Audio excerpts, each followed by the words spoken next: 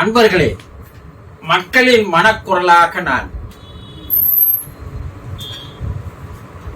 அதிமுக தொண்டர்களை தொடர்ந்து 7.5 ஆண்டுகளாக எடப்பாடியார் அவர்கள் ஏமாற்றி வருகிறார்கள் என்பதுதான் உண்மை. இது எப்படி? 1972 ஆண்டு புரட்சி தலைவர் எம்ஜிஆர் அவர்கள் அதிமுகவை தொடங்கிய காலம் முதல் தொண்டர்களே தனது ரத்தமாக, உணர்வாக, உணர்ச்சியாக கருதியதால் தான் ரத்தத்தின் ரத்தங்களே என்று அழைத்தார். ஒரு நாளைக்கு 2000 தொண்டர்களையாவது நேரடியாக சந்தித்து அவர்களுடைய குறைகளை கேட்டு அந்த நிமிடமே நிவர்த்தி செய்கின்ற வேலையை கடைசி காலம் வரைக்கும் புரட்சி தலைவர் அவர்கள் செய்தார்கள். காலை ராமவர தோட்டத்தை விட்டு தலைவர் அவர்கள் வெளியே வரும்போது ஒரு 1000 நபர்கள் நின்று கொண்டிருப்பார்கள் தொண்டர்கள். அது கன்னியாகுமரியிலிருந்து, ராமேஸ்வரத்திலிருந்து, மதுரையிலிருந்து, கோயம்புத்தூரிலிருந்து, எங்கு இருந்தோ எல்லாம் வந்து இருப்பார்கள். காலையில் வரிசையாக நிற்பார்கள்.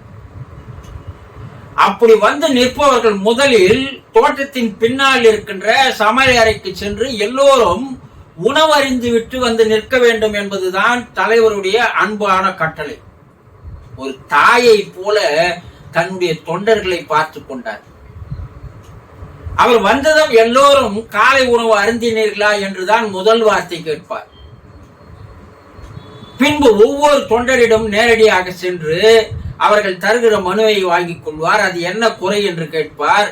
உடனேயே பக்கத்தில் நிற்கின்ற தன்னுடைய PA நித்யானந்தத்தை அழைத்து இதன் மீது உடனடியாக நடவடிக்கை எடுங்கள் என்று கூறுவார்.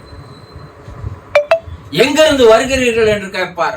ராமேஸ்வரத்திலிருந்து வருகிறேன். அவ்வளவு தொலைவில் இருந்தா உடனே பாக்கெட்டில் கையை விடுவார். 100 ரூபாய், அந்த காலத்தில் பெரிய நோட்டு, அவர் கையில் தந்து பஸ் சார்ஜுக்காக நீங்க வைத்துக் கொள்ளுங்கள் என்று கூறுவார். குழந்தைகளை தூக்கி வருவார்கள், பேரிட வேண்டும் என்று சொல்லுவார்கள். தன்னுடைய ஜிப்பாவின் கையை உள்ளே விடுவார். ஒரு சவரன் தங்க செயின் இருக்கும் அந்த குழந்தையின் கழுத்தில் போட்டு ஒரு 100 ரூபாயை அந்த குழந்தையின் கையில் தருவார். இப்படி 1000 பேரையும் தனித்தனியாக சந்திப்பதற்கு 1 மணி நேரம் 2 மணி நேரம் ஆகும். இதை முடித்துவிட்டு நேராக தலைமை செயலகம் போகும்போது தலைமை செயலகத்தில் அதே போல 1000 பேர் நின்று கொண்டிருப்பார்கள். அந்த 1000 பேரையும் தனித்தனியாக சந்தித்து விட்டு அவர்கள் குறைகளை எல்லாம் நீக்கிய பிற்பாடுதான் அவர்களை சந்தோஷமாக போய் வாருங்கள் என்று அனுப்பிவிட்டு தான் தலைமை செயலகத்துக்குள் செல்வார்.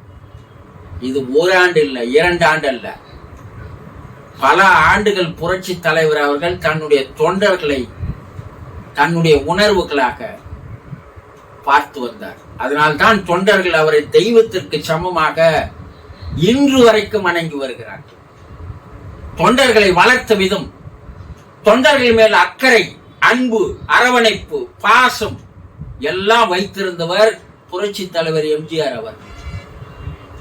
அதற்கு அப்பால் வந்த புரட்சி தலைவி அவர்கள் கூட தொண்டர்களை நேரடியாக சந்திக்கவில்லை என்றாலும் கூட CM செல் என்ற ஒரு செல் இருக்கும். அந்த செல்லில் தொண்டர்கள் போய் மனு அளித்தால் அதன் மீது நடவடிக்கைகள் எடுக்கப்பட்டது. ஆனால் எடப்பாடியார் CM ஆனது முதல் கொண்டு இந்த 7.5 ஆண்டுகளாக தொண்டர்களை யாராவது நேரடியாக சந்தித்திருக்கிறாரா? அவர்களுடைய குறைகளை கேட்டிருக்கிறார்களா? அவர்களுடைய வாழ்க்கை முறைகளை தெரிந்திருக்கிறார்களா? எதுவும் கிடையாது. அவர் CM ஆனதே கையளவு இனிப்பை தந்துவிட்டு CM ஆனார். 4.5 வருடங்களில் மலையளவு இனிப்பை அவர் சேர்த்துக் கொண்டார். அவர் மட்டுமா? அவர் கீழே இருக்கின்ற பல மந்திரிகள், SP வேலுமணி அவர்கள், தங்கமணி அவர்கள், வீரமணி அவர்கள், 2 விஜயபாஸ்கர் அவர்கள், ராஜேந்திர பாலாஜி அவர்கள், இப்படி பார்த்தால் 10 மந்திரிகளுக்கு மேல் 4 வருடங்களில் தூந்து விளையாடினார்கள். ஒவ்வொருவருக்கும் 10-20 தலைமுறைக்கு உண்டான பணங்களை சேர்த்து கொண்டார்கள். அவர்களை கண்டிக்கின்ற, கட்டுக்குள் வைத்துக் கொள்ளுகின்ற திறமை எடப்பாடியாருக்கு இல்லை. ஏன்னா இவர் ஒரு பக்கம், மற்றவர்கள் ஒரு பக்கம். இந்த 4 ஆண்டுகளில் இவர்கள் தங்களை வளர்த்துக் கொள்வதற்கு, சேமித்துக் கொள்வதற்கு செலவழித்தார்களே தவிர தொண்டர்களை யாருமே கவனிக்கவில்லை. 4 வருடங்களில் எப்போது தொண்டர்களை சந்தித்தார்கள்? யாருமே கிடையாது. அன்றைய புரட்சி தலைவர் எம்ஜிஆர் காலத்தில் ஒரு மந்திரியை எல்லா தொண்டர்களையும் சந்தித்தார்கள். அது இன்றும் அந்த மந்திரிகள் இருக்கிறார்கள். திருநாவுக்கரசாக இருந்தாலும் சரி, முத்துசாமியாக இருந்தாலும் சரி, KPSSR இருந்தாலும் சரி, முனுஆதியாக இருந்தாலும் சரி, தொண்டர்கள் அவர்களை சூழ்ந்து கொள்வார்கள். அவர்களுக்கு வேண்டிய எல்லா நடவடிக்கைகளும் மந்திரிகள் எடுத்தார்கள். ஏனென்றால் புரட்சி தலைவருக்கு ஒரு புகார் போய்விட்டால் அந்த மந்திரியை அழைத்து அவர் கண்டிக்கின்ற பயத்திற்காக. ஆனால் 4 ஆண்டுகள் தொண்டர்களை பற்றி எதையுமே கவலைப்படாத, எந்த அக்கறையும் இல்லாத எடப்பாடியார் அவர்கள் எப்படியெல்லாம் தொண்டர்களை புறந்தள்ளி வந்திருக்கிறார்கள். சரி, எதிர்கட்சியான திமுகவோடு மேல்மட்ட அளவில் ஒரு தொடர்பை ஏற்படுத்திக் கொண்டு தன்னை பாதுகாத்துக் கொள்கிறார்கள். எதற்காக? கொடநாடு எஸ்டேட் கொலை வழக்கில் இருந்து தான் பாதுகாத்துக் கொள்ள வேண்டும். புரட்சி தலைவி மரணத்தில் மர்மம் இருப்பதை வெளிக்கொண்டு வராமல் பாதுகாக்க வேண்டும். தான் 4.5 ஆண்டுகளாக இருந்த போது நெடுஞ்சாலை துறையில் கான்ட்ராக்ட் விட்டதில் பல 1000 கோடி, இதன் மீதெல்லாம் நடவடிக்கை எடுக்கக்கூடாது.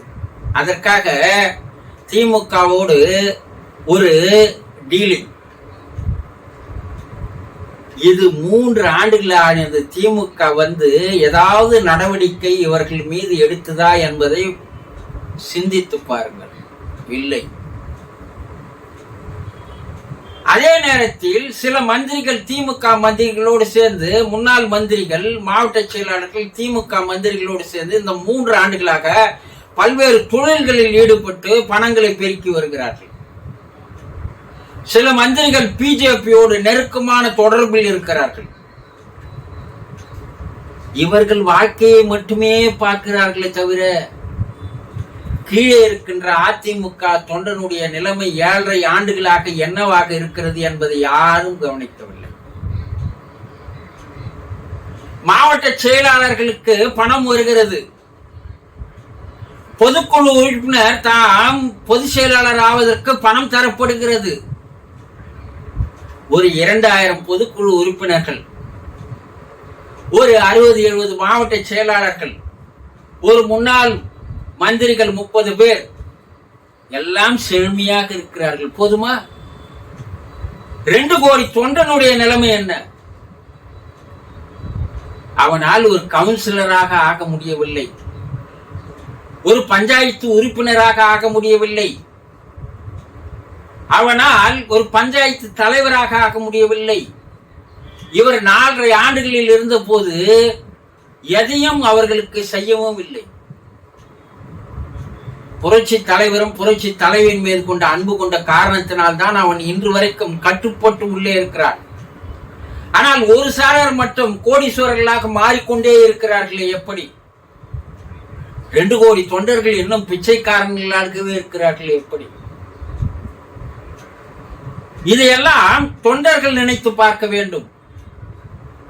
இந்த 7 வருஷத்துல எடப்பாடியார் அதிமுக தொண்டர்களுக்கு 4.5 ஆண்டுகள் ஆட்சியில் இருந்த போதும் செய்யவில்லை. இப்ப 3 ஆண்டுகள் எதிர்கட்சியாக இருந்த போதும் செய்யவில்லை. இனிமேல் செய்ய போகிறாரா? இந்த தேர்தலில் ஒவ்வொரு தொண்டனுக்கும் 500 ரூபாய் தர வேண்டும் என்று பணம் பட்டுவாடா செய்யப்பட்டது. ஆனால் மாவட்ட செயலாளர்கள் எந்த அதிமுக தொண்டனுக்கும் பணம் தராமல் ஒட்டுமொத்தமாக அந்த பணத்தை தானே வைத்துக் கொண்டார்கள். தொண்டர்களுக்கு அந்த பணம் கூட போய் சேரவில்லை. ஒரு 500 ரூபாய் கூட போய் சேரவில்லை. அதைத்தான் எடப்பாடியார் அவர்கள் மாவட்ட செயலாளர் கூட்டத்திலே கத்தி கதறினார். நான் தந்த பணத்தை கூட எடுத்து சென்று தொண்டர்களுக்கு தராமல் ஏமாற்றி விட்டீர்களே என்று. மாவட்ட செயலாளர்கள் எடப்பாடியாருக்கு பயந்து இருந்தால், கட்டுப்பட்டு இருந்தால் அந்த பணம் வந்திருக்கும். ஆனா மாவட்ட செயலாளர்கள் யாரும் எடப்பாடியாருக்கு கட்டுப்படுவதும் இல்லை, பயப்படுவதும் இல்லை. யாராவது நாங்கள் தந்தோம் என்று சொன்னார்களா? சொல்லவே இல்லையே. ஒவ்வொரு தொகுதிக்கும் பரிமாறப்பட்ட பணம் எவ்வளவு, அது எல்லாம் மாவட்ட செயலாளர்கள் எடுத்துக்கொண்டார்கள். நிறுத்தப்பட்ட வேட்பாளர்கள் வசதியானவர்களாக என்றால் இல்லை. அவர்களையும் மாவட்ட செயலாளர்கள், நிர்வாகிகள் ஏமாற்றி அவர்களிடம் பல கோடி பணங்களை கையாண்டிருக்கிறார்கள். ஆக எம்ஜிஆரை போல் தொண்டர்களை கவனிப்பவர்கள் இவர் அல்ல. ஜெயலலிதாவை போல தொண்டர்களை கவனிப்பவர் இவர் அல்ல. இவர் தனக்காக, தன்னுடைய குடும்பத்திற்காக மட்டுமே பொதுச் செயலாளராக ஆகியிருக்கிறார். தன்னுடைய சேர்த்த பணத்தை பாதுகாத்துக் கொள்ள வேண்டும். தன் மேல் இருக்கின்ற ஊழல் வழக்குகளை யாரும் கையில் எடுக்க கூடாது. அதுதான் அவருடைய குறிக்கோளாக இருந்து வருகிறது. மந்திரிகளோ தன் மீது படையெடுக்காமல், தன் மீது எதையும் செய்யாமல் இருப்பதற்காக எஸ்பி வேலுமணி, தங்கமணி போன்றவர்கள் எல்லாம் பிஜேபியோடு நெருக்கமான உறவில் இருக்கிறார்கள். சில மாவட்ட செயலாளர்கள் சென்னையில் இருப்பவர்கள் திமுகவோடு நெருக்கமாக இருக்கிறார்கள். மேல்மட்ட அளவில் இவர்கள் மட்டும் தன்னை பாதுகாத்துக் கொள்கிறார்கள். கீழே இருக்கின்ற 2 கோடி தொண்டர்கள் எத்தனை காலங்களுக்கு ஏமாறுவார்கள்? தொண்டர்களின் நிலை இப்படியே இருக்குமா? அவல நிலையிலேயே வைத்திருப்பார்களா? எடப்பாடியார் எல்லாம் இனிமேல் தொண்டர் மீது அக்கறை இல்லை. அதனால்தான் அவர் கூட்டத்தில் சொன்னார், எம்ஜிஆர் தொண்டர்கள் எல்லாம் வயதாகிவிட்டது, அவர்களுக்கெல்லாம் இனிமேல் கட்சியில் இடமில்லை என்று சொன்னாலும் சொல்லுவார். தொண்டர்கள் நிலைதான் என்று. அதனால்தான் பல தொண்டர்கள் திமுக தந்த 500 ரூபாய் வாய்க்கொண்டு திமுகவுக்கு வாக்களித்திருக்கிறார்கள். ஓபிஎஸ் அவர்களுக்கு வாக்களித்திருக்கிறார்கள். ஏசி சண்முகத்திற்கு வாக்களித்திருக்கிறார்கள். பல இடங்களில் அதிமுக தொண்டர்கள் மனம் வெதும்பி போய் மாறிக்கொண்டிருக்கிறார்கள். இவர் முதலமைச்சர் ஆனது முதல் கொண்டு, பொதுச் செயலாளர் ஆனது கொண்டு சந்தித்த தேர்தல்கள் எல்லாம் கீழ் நோக்கியே சென்று கொண்டிருப்பதற்கு காரணம் என்னவென்றால், தொண்டர்களை இவர் பார்ப்பதில்லை. தொண்டர்கள் மீது இவருக்கு அக்கறை இல்லை. ஆளுங்கட்சியாக இருந்த போதே தொண்டர்களை மதிக்காத, தொண்டர்கள் மீது பாசம் வைக்காத இவர் எதிர்கட்சியாக இருக்கும் போது இவர் செய்ய போகிறாரா? வர தேர்தலில் மேலும் சதவிகிதம் குறைவதற்குண்டான வேலைகளை அவரே செய்து விட்டார். டம்மி வேட்பாளர்களை பிஜேபி சொன்னதால் டம்மி வேட்பாளர்களை போட்டுவிட்டு கட்சியை அவரே கலங்குபடுத்தி விட்டார். ஜூன் 4 அன்று வரப்போகின்ற அந்த ரிசல்ட்டில் அதிமுக சதவிகிதம் எவ்வளவு குறைந்திருக்கிறது என்று பாருங்கள்.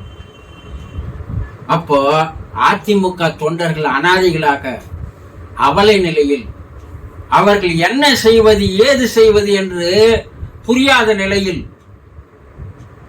அவர்கள் குழப்பத்தில் இருக்கிறார்கள். அதிமுக தொண்டர்களுடைய நிலை இப்படியே தொடர்ந்தால் அவர்கள் அதிமுக விட்டு விலகி போகின்ற காலங்கள் வெகு விரைவில் இல்லை. இதை கணக்கில் வைத்துதான் பிஜேபி சரியாக காய் நகர்த்தி வருகிறது. அதற்கு இடம் தருபவரும் இவர்தான். இதையெல்லாம் அதிமுக தொண்டர்கள் புரிந்து கொள்ள வேண்டும். தொடர்ந்து இவர் ஏமாற்றி வருகிறார், இனியும் ஏமாற்றத்தான் போகிறார். தொண்டர்களே விழித்துக் கொள்ளுங்கள், வேறு வழி இல்லை. எம்ஜிஆர் மீது விசுவாசியாக, ஜெயலலிதா மீது விசுவாசியாக இருந்தவர்கள் இவர் மீது கேட்கிறார், என் மீது விசுவாசமாக இல்லை என்றால் இவர் தொண்டர்களுக்கு என்ன செய்தார்? தொண்டர்கள் இவர் மீது விசுவாசமாக இருப்பதற்கு. இவரே விசுவாசம் இல்லாத ஆள், நன்றி இல்லாத ஆள், பல பேரை படுகொலியில் தள்ளியவர். தொண்டர்களை இப்போது தள்ளி வருகிறார். இனியும் விழித்துக் கொள்ளவில்லை என்றால் அதிமுகவை காப்பாற்றுவதற்கு வேறு தலைவர்கள் வர வேண்டும். அந்த வேறு தலைவர்கள் மூலமாக தொண்டர்களை காப்பாற்ற வேண்டும். அப்போதுதான் அதிமுக நீடித்து நிலைத்து நிற்கும். புரிந்து கொண்டு. வணக்கம்.